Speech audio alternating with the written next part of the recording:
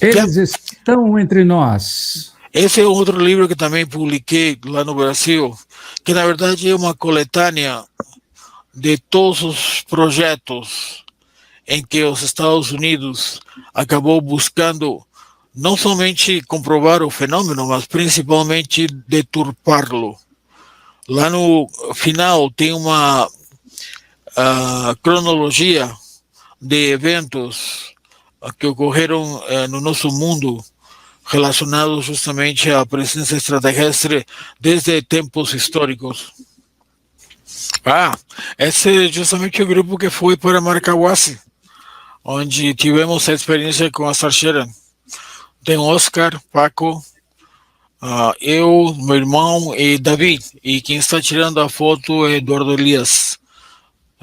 Éramos 6. Os extraterrestres utilizam para criar certo tipo de fenômenos a presença de um campo de energia que eles chamam Sendras. Tem diferentes tipos e cada um deles, de uma certa maneira, acaba provocando ou permitindo determinado tipo de fenomenologia. É o que justamente os cientistas chamam hoje de buraco de wormholes, são buraco de minhoca, que na verdade eles são manifestações de matéria e antimatéria coexistindo simultaneamente e se destruindo simultaneamente, que na verdade criam dentro do colchão de energia, neste caso gravitacional dentro do universo, ou de matéria preta, uma espécie de conexão entre dois pontos dentro do universo. Então, os extraterrestres utilizam esse tipo de túnel, vamos dizer assim, para conseguir salvar distâncias extremamente imensas. Imagina que Alpha Centauro, ou esse caso o planeta deles, Apo, está a 4,2 anos-luz de distância. Eles podem, teoricamente, viajando à velocidade da luz, eles demorariam 4,2 anos para poder chegar ao planeta Terra. E mesmo assim, já dentro da relatividade de espaço-tempo, o que teria acontecido durante todo esse período teria sido extraordinariamente enorme, tornando a missão que eles seriam em algo totalmente obsoleto. Então, os extraterrestres têm, através destas portas dimensionais, a oportunidade de passar já de um ponto ao outro simplesmente em questão de segundos. Um extraterrestre na Galileia, esse foi meu segundo livro, que justamente acabei reunindo, mostrando até que ponto a figura de Jesus e a figura de certos momentos históricos narrados na Bíblia tem relação direta com a presença ufológica no nosso planeta.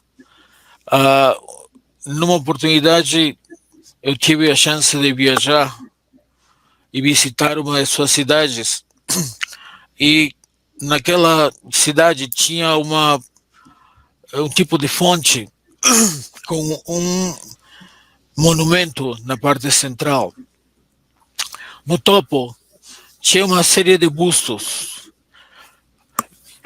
perdão, de diferentes criaturas, diferentes entidades, todas elas mostrando serem procedentes de diferentes planetas. Mas havia uma em particular que era humana, era humanoide. Era o rosto de um homem olhando para cima, barba, bigode e cabelo longo. Quando eu olhei para essa imagem, eu falei para meu guia, de uma certa maneira, que estava me mostrando tudo aquilo, falei, quem é? Quem é essa entidade? Que ser humano, de uma certa forma, mereceria estar aqui no meio desse compêndio, digamos assim, de criaturas que de alguma maneira cumpriram uma missão especial dentro das suas civilizações. Então, ele voltou para mim e me disse: investiga. Quando você retornar à Terra, investiga. Busca saber, conhecer até que ponto alguém poderia ser merecedor de estar exatamente nesse lugar. E durante 20 anos, eu fiz uma investigação extremamente severa, aproveitando minhas viagens para o exterior e tudo isso de buscar documentos, buscar material histórico, realmente que pudesse indicar ou que pudesse, de uma certa maneira, justificar uma determinada presença. E esse livro é exatamente isso, é o resultado de 20 anos de investigação com documentos tanto, digamos assim, normalmente conhecidos como a Bíblia, assim como documentos que foram identificados como apócrifos, documentos que teoricamente a Igreja Católica não consegue, digamos assim, confirmar que foram documentos inspirados. Dentro do conceito católico, um documento é oficialmente reconhecido pela Igreja quando esse documento foi inspirado pelo Espírito Santo. Ou seja, quando esse documento, ou esse material, ou esse texto, ou essa informação foi resultado de uma interação com o Espírito Santo, a Igreja Católica considera este um documento válido. Isso é bem interessante porque quais foram os nomes dos pais da Virgem Maria?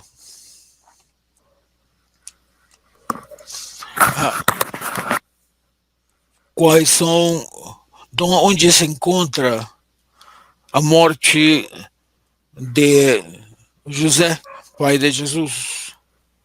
Onde estão, de uma maneira ou de outra, referidos, de uma maneira ou de outra também, informações relativas à família de Jesus ou à infância de Jesus.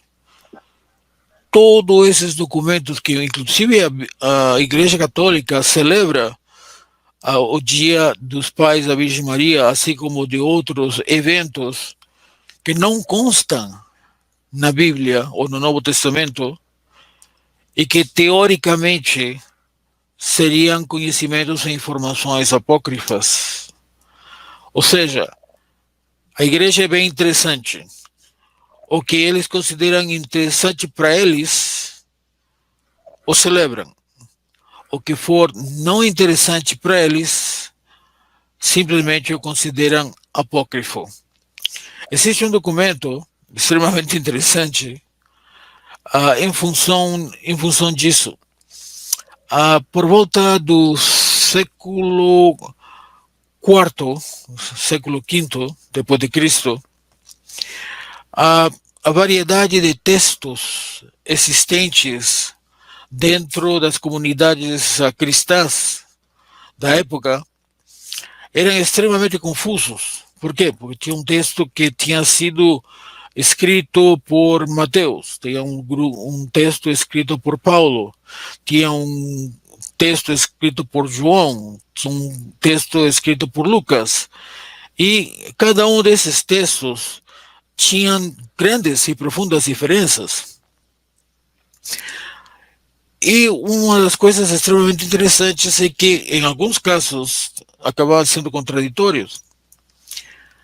Agora, a igreja, na época, em função de todos esses confrontos, acabou decidindo que um documento oficial tem que ser feito.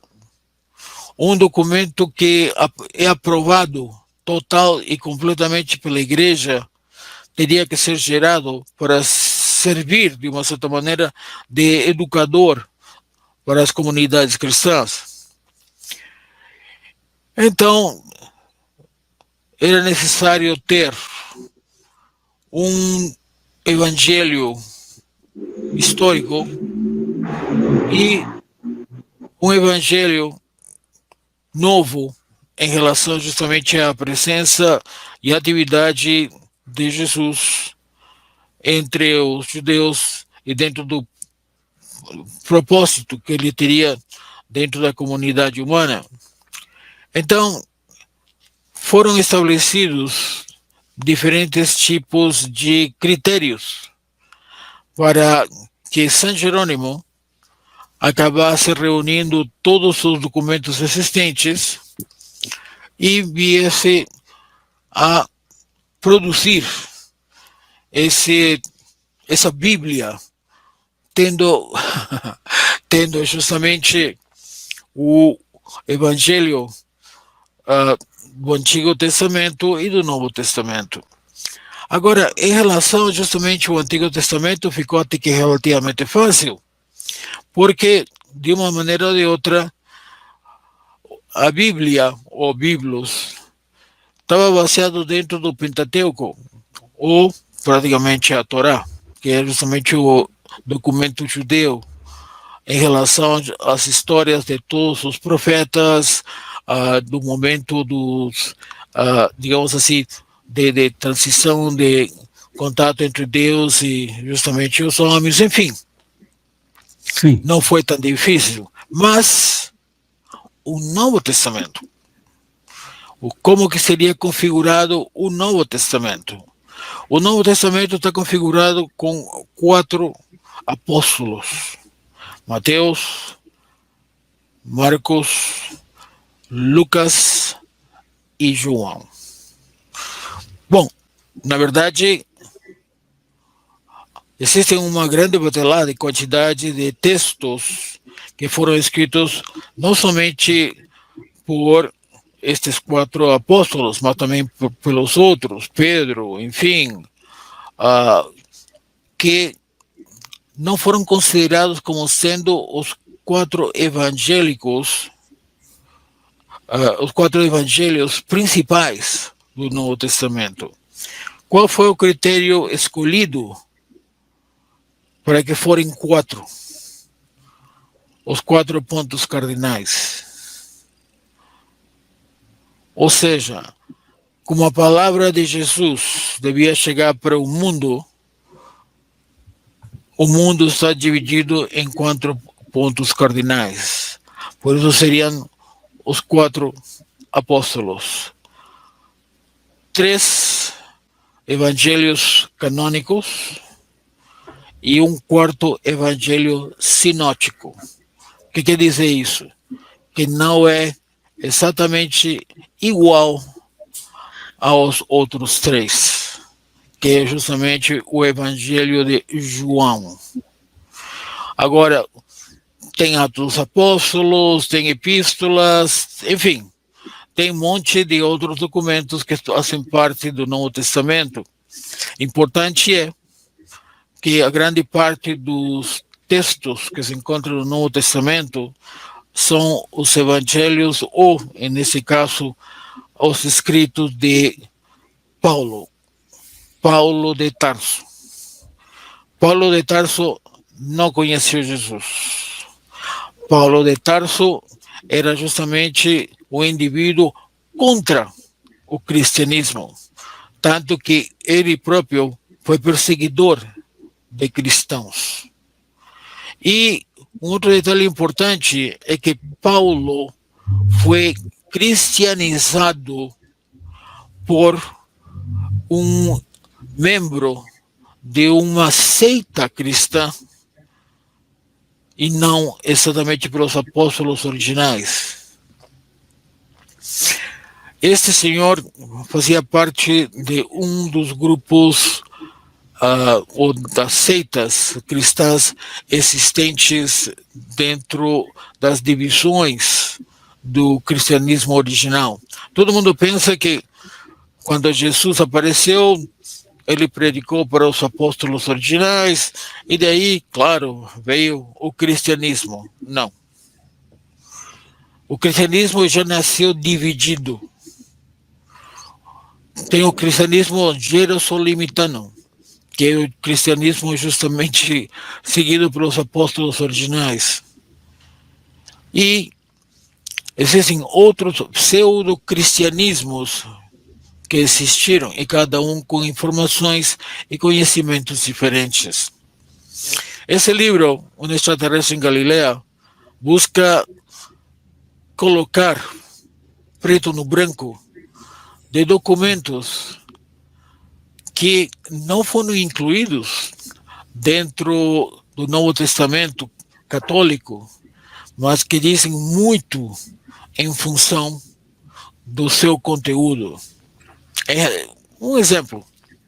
Sim. Existe um documento que é chamado do Evangelho Cátaro do pseudo João. Os cátaros, eles foram um grupo religioso cristão, seguidores de os antigos documentos relacionados com os antigos apóstolos. E os cátaros acabaram reunindo esses documentos para configurar justamente sua estrutura e as suas crenças. O Evangelho Cátaro do pseudo João é o evangelho no qual Jesus tem uma conversa diretamente com João, o evangelista, na qual Jesus comenta com João de que, na verdade, quem chegou ao mundo e à terra e fez o homem e a mulher não foi Deus, mas foi justamente o demônio, nesse caso, Lúcifer, quem intentou criar aqui na Terra um reino para se assemelhar ao poder de Deus no universo. E claro, dá uma série de detalhes, uma série de informações, uma série de comentários que de uma maneira ou de outra dá a entender perfeitamente de que lá em cima a coisa também estava um tanto dividida. Um ponto interessante é que dentro do judaísmo, dentro dos profetas originais, nós temos alguns deles, como por exemplo Enoque. Enoque foi um dos primeiros profetas dentro do Antigo Testamento e foi o primeiro profeta que teve a oportunidade de cavalgar, como é colocado na história, ao lado de Deus. Isso significa que Enoque foi arrebatado, levado à presença de Deus e, claro, de uma certa maneira, recebeu conhecimento e informações em primeira mão. Detalhe importante aqui, os textos de Enoque, como muitos dizem, o livro de Enoque, são na verdade 5 livros, não é um. E num desses livros é chamado o livro dos vigilantes e os anjos. E nesse livro, Enoque comenta de que Sem Jassa acabou vindo para a Terra com 120 anjos. E aqui eles estabeleceram seu governo, o seu controle, e deram para o homem certos segredos que não deveriam ter sido permitidos. O interessante é que os vigilantes eram brancos, loiros, de olhos azuis. Tanto que dentro de um dos documentos encontrados em Qumran está o que é chamado do Testamento de Lameque. O Testamento de Lameque é um documento extremamente interessante. Por quê? É judeu. É um documento que fazia parte dos antigos documentos, livros dos antigos judeus. E nele, Lameque fala do nascimento do seu filho Noé. E ele fala e comenta de que ele achava que a sua esposa, Batenós, tinha traído ele. Por quê? Porque Noé tinha nascido branco, loiro e de olhos azuis. Extremamente idêntico aos vigilantes. E segundo ele acreditava, Batenós teria traído ele com os anjos. Enfim, existe uma grande quantidade de informações e textos da antiguidade que, aos olhos agora do novo conhecimento, ou das novas descobertas, ou de nova filosofia, ou, digamos assim, das possibilidades de um universo lá fora, acabam tendo uma interpretação completamente diferente. Os semeadores de vida. Semeadores de vida. Essa portada é minha. Digamos assim, que foi criada por mim. Nela nós vemos o planeta Terra, o globo, onde o homem se encontra preso duas vezes. Preso no interior, de uma certa maneira totalmente comprometido com histórias, tradições, culturas, e preso com as algemas, porque custa para ele terrivelmente se desvincular de todo esse processo. E por outro lado, os extraterrestres nos estão observando, esperando um momento em que a gente decida criar a nossa independência para a descoberta e o entendimento de um conhecimento maior. Pergunta de Bona 2018. Passado todos esses anos, acabou, não há mais contatos deles? Pelo amor de Deus, não. Continua acontecendo, continuam manifestando-se, continuamos indo a campo, inclusive para estabelecer novos, digamos assim, novas referências e receber deles novas instruções, claro. Ela disse aqui, Célia Martins. Verônica, como foram suas experiências com os intraterrenos? Esse é um departamento interessante. Dentro das experiências de contato que a gente teve, a gente recebeu, claro, orientações, informações de que os sobreviventes de antigas civilizações, assim como extraterrestres inclusive, haviam conseguido desenvolver cidades, de uma certa forma, intraterrenas, ou seja, desenvolvido bases, estruturas dentro do interior do planeta Terra. Na famosa saída de Marcahuasi, na qual nós tivemos justamente a presença estrangeira dando instruções para que a gente pudesse abrir a boca e contar para todo mundo o que estava acontecendo, nós tivemos uma experiência interessante na qual fomos levados a uma caverna dentro das montanhas de Marcahuasi, e nessa caverna tivemos contato com um ancião chamado Lemério. ah, ele é descendente dos antigos Atlantes e ele é o guardião da história do mundo, de uma certa forma. Existe um tipo de uma biblioteca, onde há livros que são praticamente de metal e com um monte de símbolos e ideogramas justamente no seu interior.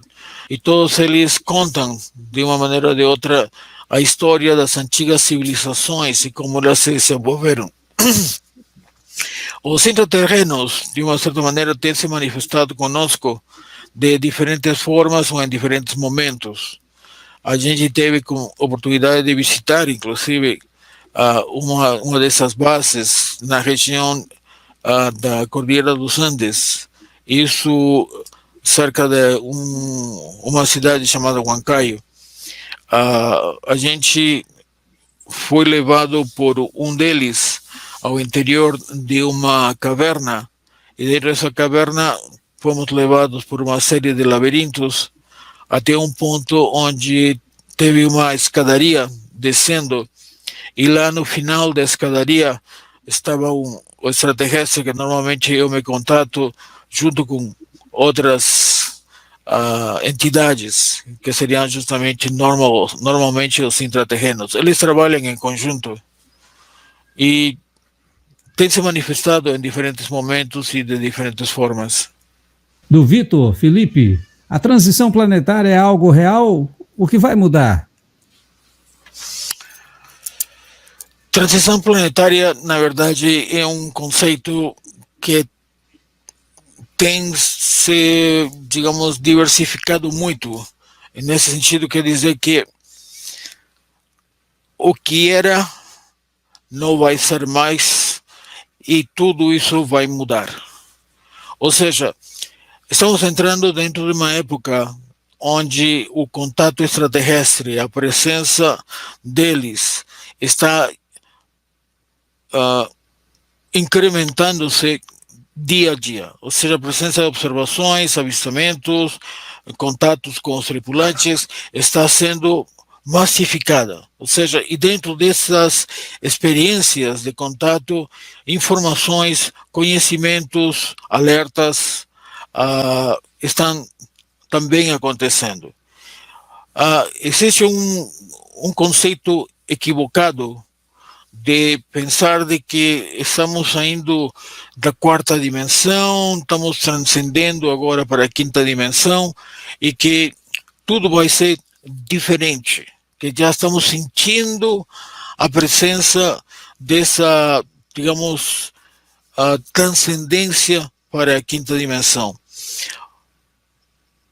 O conceito, a ideia de dimensões de conhecimento ou dimensões de consciência está bastante errado.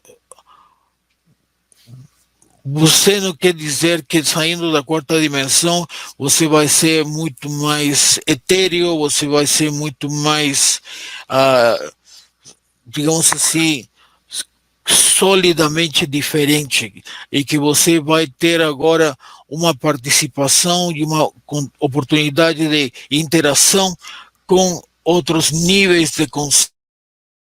Cuidado com isso, porque passar a quinta dimensão é simplesmente de que a percepção da realidade se torna macro.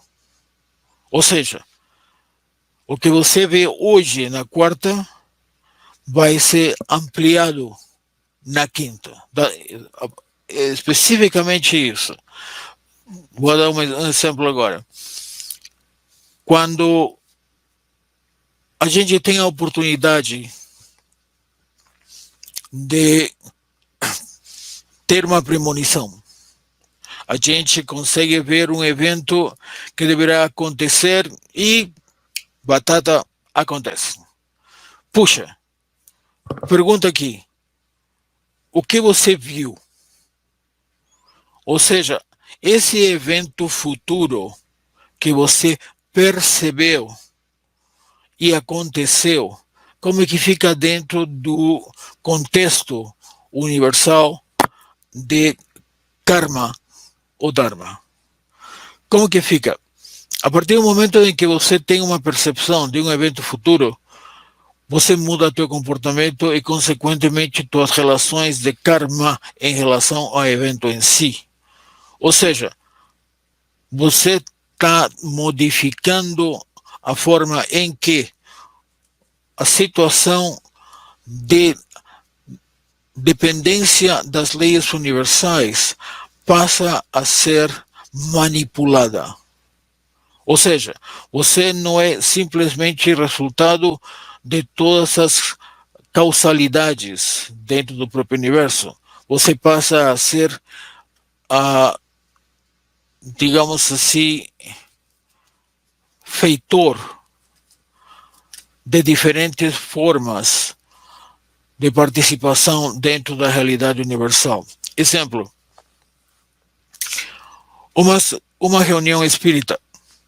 Ou seja, nós temos aqui uma médium, essa médium acaba entrando em contato com uma entidade espiritual, essa entidade espiritual vem à sessão e ela passa uma série de informações dentro dessa sessão espírita. Essa aqui é uma entidade espiritual que já saiu dentro do estágio de karma, dharma, de uma pessoa física existente e viva, e ela passa a influenciar dentro do contexto espiritual o universo físico. Como isso pode ser? Como que isso pode acontecer? Como que fica a responsabilidade dessa entidade espiritual passando informações ao universo concreto, ou nesse caso, o universo vivo, para tomar decisões que teoricamente deveriam encontrar-se dentro de um contínuo de comportamentos? Ou seja, esta entidade espiritual que está se manifestando através de um médium passa a influenciar as relações de karma e dharma de uma pessoa viva? Como funciona isso? Teoricamente, nós, dentro da nossa condição de existência física viva, estamos justamente acumulando ou, de uma maneira ou de outra, exercendo as relações de karma e dharma. Ou seja, por quê? Porque justamente é como o universo passa a julgar a nossa relação de ação, de, digamos, resposta. Agora, a partir do momento de que tem outros elementos estranhos e diferentes participando de outras realidades, influenciando as nossas decisões, quem é o responsável agora então? Quem é o responsável pela geração desse karma que nós teoricamente deveríamos estar acumulando? O espírito, então? Só o espírito se tornou responsável pelas minhas decisões e pelas minhas mudanças de comportamento? Como que fica então? Esse espírito ganhou um karma adicional pela derivação das minhas mudanças, câmbios, modificações ou reações? Espera aí. Isso significa que a visão que nós temos de karma, dharma, de dever, digamos, de reportar-nos a um princípio maior, equilibrado de justiça universal, como que fica? Em outras palavras, por exemplo, Deus é o criador de tudo. Deus sabe tudo. Deus é não somente conhecedor do passado, presente e futuro. Deus é omnisciente. Quer dizer que ele é consciente de tudo que acontece, acontecerá e aconteceu. Ou seja, se você está mudando o teu comportamento, se você está mudando de atitude, se você está cometendo um crime, Só teoricamente você teria que pagar uma pena, teu karma, o que for. Peraí, Deus acaba sendo cúmplice do teu crime. Por quê? Porque ele já sabia que você iria cometê-lo. Porque ele já sabia que isso teria que acontecer. Então, na verdade, você está tendo o livre-albedrio, o livre-arbítrio na tua ação de cometer um crime, ou você está sendo manipulado pela onisciência do próprio poder criador. Ou seja, você simplesmente está fazendo o que Deus sabia que teria que acontecer. Ou seja, você não está tomando nenhuma decisão na verdade. Você simplesmente está realizando o que Deus já conhecia que teria que ser o resultado dessa ação. Até que ponto, então, a criatura inteligente tem livre arbítrio em relação às suas decisões? Ou até que ponto ela, na verdade, é simplesmente manipulado pela própria criação? Ou seja, toda essa estrutura, todo esse conhecimento extraterrestre que a gente tem, toda essa participação com essas entidades, é não somente uma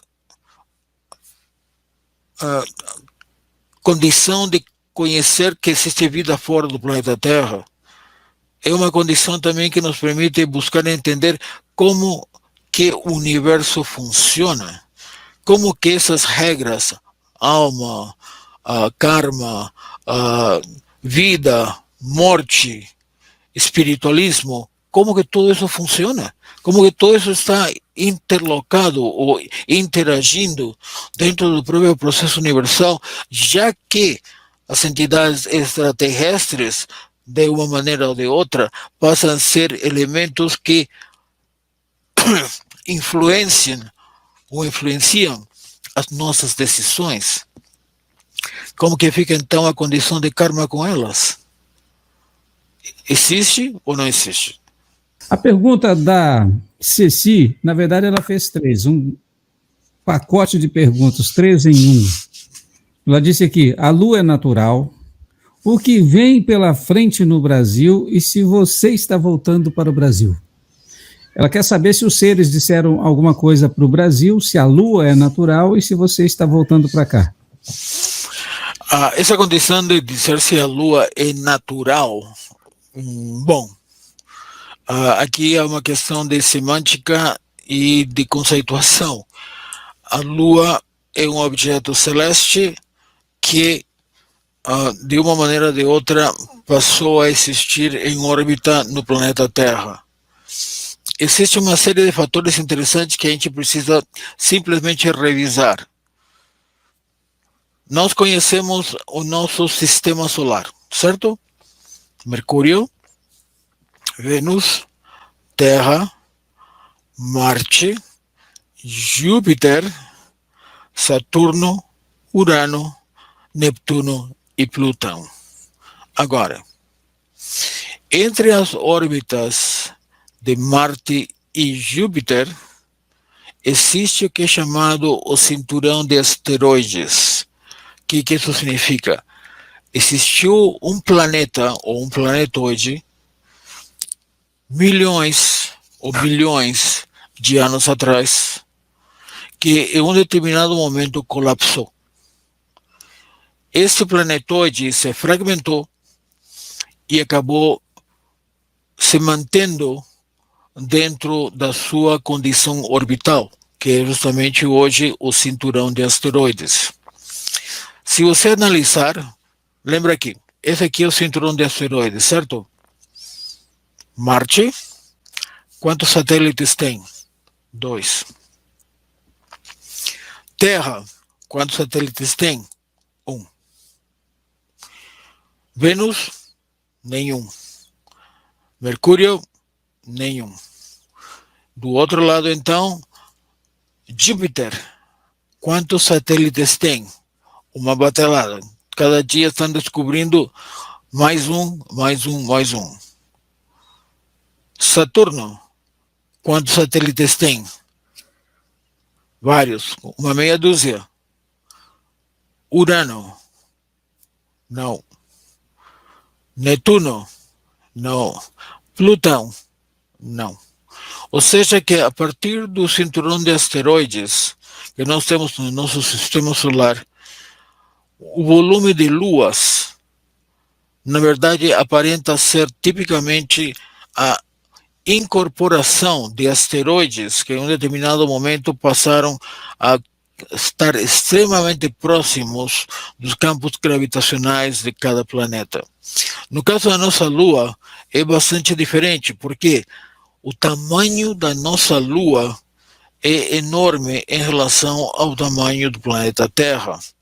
Isso significa que, em algum determinado momento, a Lua foi capturada ou foi gerada pelo próprio planeta Terra. Existem várias teorias, digamos assim, apontando diferentes possibilidades do surgimento da nossa Lua. De uma certa maneira, sabemos que a Lua se aproxima da Terra, se afasta da Terra. E essa distância está mudando ano a ano. Ou seja, haverá um determinado momento em que, de repente, quando a Lua se afasta da Terra, o campo gravitacional de nosso planeta não terá força suficiente para trazê-la de volta. É possível? É possível. Então, a Lua pertence ao universo de forma geral, assim como a Terra. Em relação ao Brasil, o Brasil tem digamos assim, uma importância extremamente grande em relação à América Latina, em forma geral.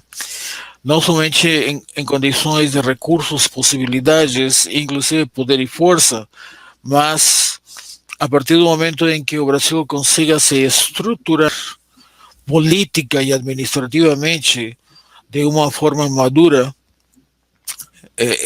ele vai acabar sendo, digamos assim, um líder dentro das transformações que deverão ocorrer ao redor, digamos assim, de todos os países da América Latina. O Fábio Regaleira. Verônica, você poderia comentar o fato de que, segundo o contatado Ricardo Gonzalez, os guias apunianos tiveram sua origem em uma galáxia paralela à nossa, coexistindo em outro plano de realidade? Não concordo, não. Um ponto interessante aqui a comentar. Até o senhor Ricardo Gonzalez aparecer dentro do contexto contatista, todas as informações em relação a contatos extraterrestres decorreu dos seres de Orião, os seres de Ganímedes, Marte, seres das Pleiades, seres de lugares de uma certa forma relativamente conhecidos, historicamente conhecidos. Ninguém, dentro do processo ramo original, etc., estabeleceu um volume de informação consistente ou abrangente em relação aos seres de Alfa Centauro. Foi Vlado Kapitanovich, um estrangeiro que viveu e trabalhou no Peru, que teve as primeiras experiências com seres de Alfa Centauro, em este caso justamente com os seres de Apo. E ele passou a escrever, inclusive, dois livros, no qual um deles se chama Apo, o Mundo Sem Dinheiro.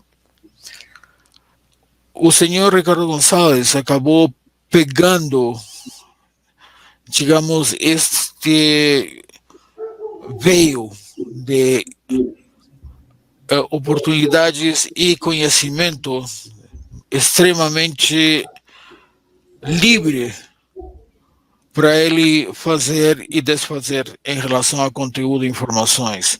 A única pessoa que até agora tinha tido experiências, informações, conteúdo em relação ao seres de Apple tinha sido eu.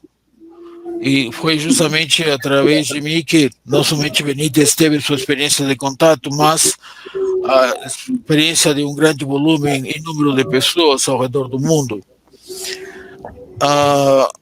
Muitas das colocações, informações que o senhor Ricardo coloca, não coincido ou, nesse caso, não endosso. Eu tenho, no meu conhecimento, na minha informação, na minha vivência com eles, que são praticamente 46 anos de contato com eles, físicos, comprovados, e as pessoas que acabaram sendo testemunho ou acabaram participando das minhas experiências de contato, podem endossar de que eles realmente aconteceram. Inclusive aqui no Canadá.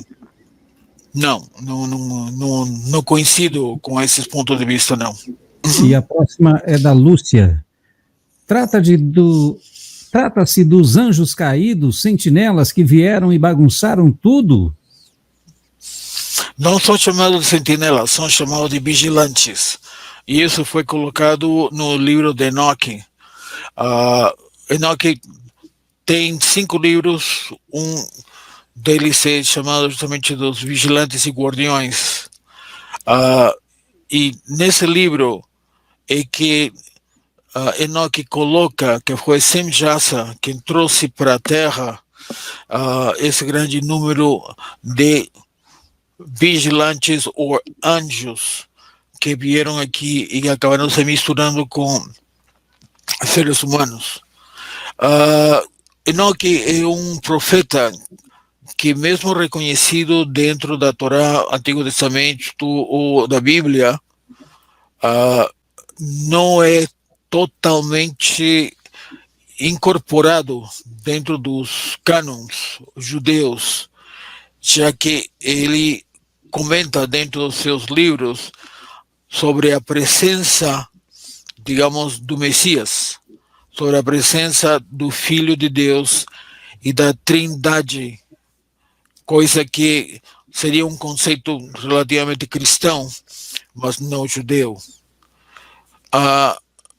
Os guardiões ou vigilantes foram justamente colocados dentro dessa categoria porque teriam passado a ter uma atividade, digamos, de convivência com a raça humana e não exatamente de orientação, de conhecimento, de informação, de preparação ou de educação da raça humana. O Ralph Games disse: eles respiravam o nosso oxigênio ou usavam algum tipo de capacete? Eles quem? Os seres que você teve contato? Normalmente, quando eles vêm pela primeira vez ao planeta Terra, eles utilizam uma pequena máscara que permite que eles se adaptem à nossa atmosfera. Uma vez que essa adaptação ocorreu, eles não utilizam qualquer tipo de máscara ou capacete ou coisa assim. Eles são, na sua estrutura, fundamentalmente humanoides. E, na verdade, nós somos descendentes deles. Shania Juju quer saber o que os extraterrestres pediram para que fizéssemos para ajudar a Terra. Mudar. Tornar-nos maduros e conscientes. De começar a perceber que não existe ação sem reação. Que não existe atitudes, comportamentos ou mudanças que não tenham consequências. O problema é que o ser humano não tem consciência, nem percepção, nem visão das consequências dos seus atos. E isso é justamente o que está colocando o nosso planeta em crise. Por quê? Porque o homem, o ser humano, de forma geral, vive o momento. Ele não vive em função do futuro. Ele não vive em função de planejamento. Ele não vive em função de estruturação para poder ter e manter as consequências sob controle. Isso que tem que acontecer. A gente tem que amadurecer. A gente tem que se tornar responsável e, de uma maneira ou de outra, pagar o preço de nossos erros. Oh, legal. Jane Cristina. Verônica, sou da Missão Rama. Já fiz saída a campo. Gostaria de saber se, depois desse início de tudo, você teve mais contatos físicos com os guias? Sim, inclusive aqui no Canadá. Eu tenho pessoas que foram testemunhas desses contatos, algumas um tanto aterrorizadas pela percepção de um ser de mais de 2 metros de altura, mas realmente continuam por aqui, continuam no Brasil. Inclusive, da última vez que estive aí no Brasil, tive um contato físico também. O Francisco Coelho disse aqui, o que diria do livro Cavalo de Troia, do Benítez? É verídico? Olha, eu estive com Benítez várias vezes durante as apresentações dos diversos Cavalos de Troia. O livro Cavalo de Troia, na verdade, é uma ficção científica bastante interessante, muito bem elaborada. Mas Benítez, ele busca justamente continuar a criar esse tipo de mistério em relação aos livros, para, de uma maneira ou de outra, promover justamente os livros. Mas é uma ficção científica. Narbal, o que acontece após a morte, Verônica?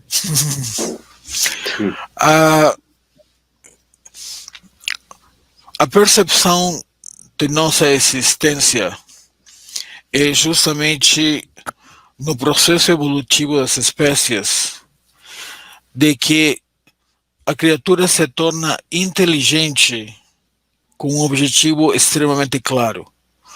A gente passa a adquirir a capacidade de solucionar problemas com diversos recursos no menor tempo possível.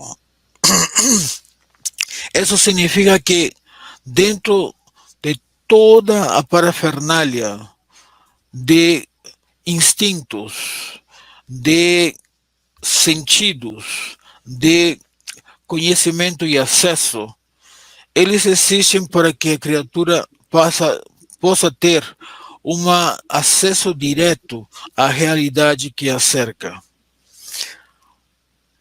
Nós falamos de premonições, nós falamos da habilidade da criatura se projetar astralmente, nós falamos de uma fenomenologia que teoricamente foge, de uma maneira ou de outra, dentro dos aspectos físicos, tangíveis, que fazem parte do nosso dia a dia.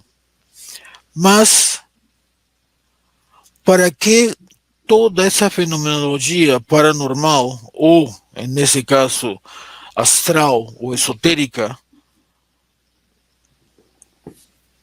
tem a ver com o próprio processo de evolução da nossa inteligência?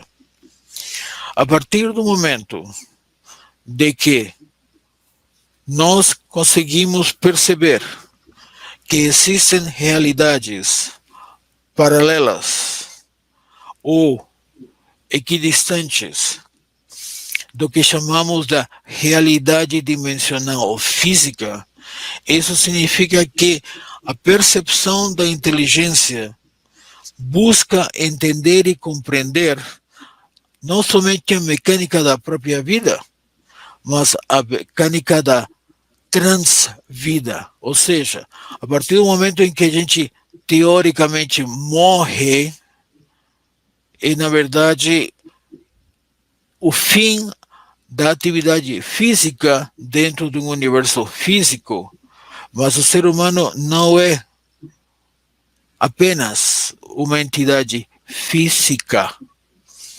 Entendamos o seguinte aqui. Deus, vou utilizar o termo mais comum, criou o universo. Ok. Deus é o total, completo e absoluto conhecimento. Ok. Mas como Deus pode ter plena e total consciência da sua própria sabedoria e conhecimento se ela não é colocada à prova? Ou seja, se Deus é onisciente, oniconsciente, totalmente sábio em relação às relações de causa, efeito, em relações justamente de responsabilidade e culpa, ele sabe tudo. Só teoricamente, se fosse dessa forma, ele estaria simplesmente estático. Ou seja, Deus estaria numa condição de coma permanente. Por quê? O conhecimento já existe. Ele sabe absolutamente tudo, ele tem a percepção de absolutamente tudo, ele tem a noção perfeita das relações, da administração, do processo, das continuidades, mas e aí? Onde está a continuação de tudo isso? Porque uma vez que chegou esse conhecimento a existir, parou. Não há mais nada a saber. Não há mais nada a conhecer. Não há mais nada a incorporar. Não há mais nada a modificar essa percepção, porque ela é e já está. Então, peraí.